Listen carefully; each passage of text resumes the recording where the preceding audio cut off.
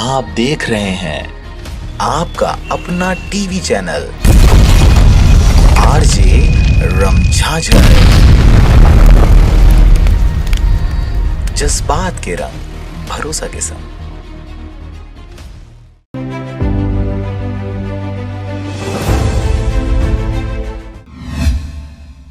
पथरिया क्षेत्र के धान खरीदी केंद्रों में बारदाना नहीं होने से किसान परेशान हो रहे हैं। देखिए आखिर क्या है पूरा मामला।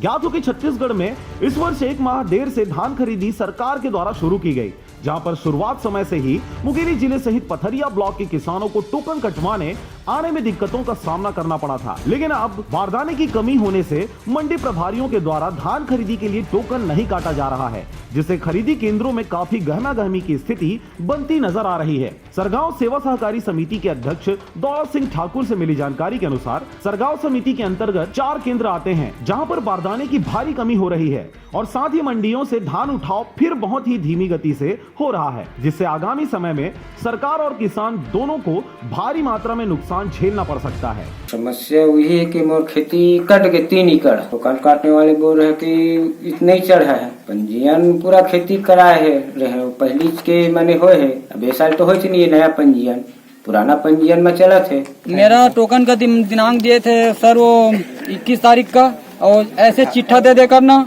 हर दिन बोल रहे थे चिट्ठा चिट्ठा, ऐसे बोल के ना चिट्ठा दिखाते हैं और इसी को ना बोलता है क्या बोल रहा है मैं टोकन, ये तुम्हारा टोकन है ऐसे बोलते थे। को दिया था 1 टोकन, ये तुम्हारा टोकन है ऐसे करके ऐसे बोल दिया।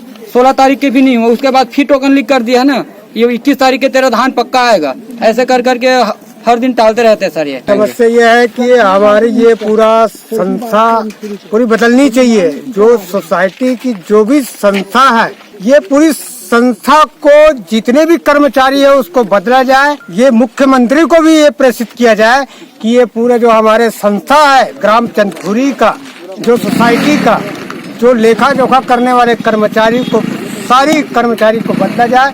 यहाँ घुसखोरी की बहुत अंबार है।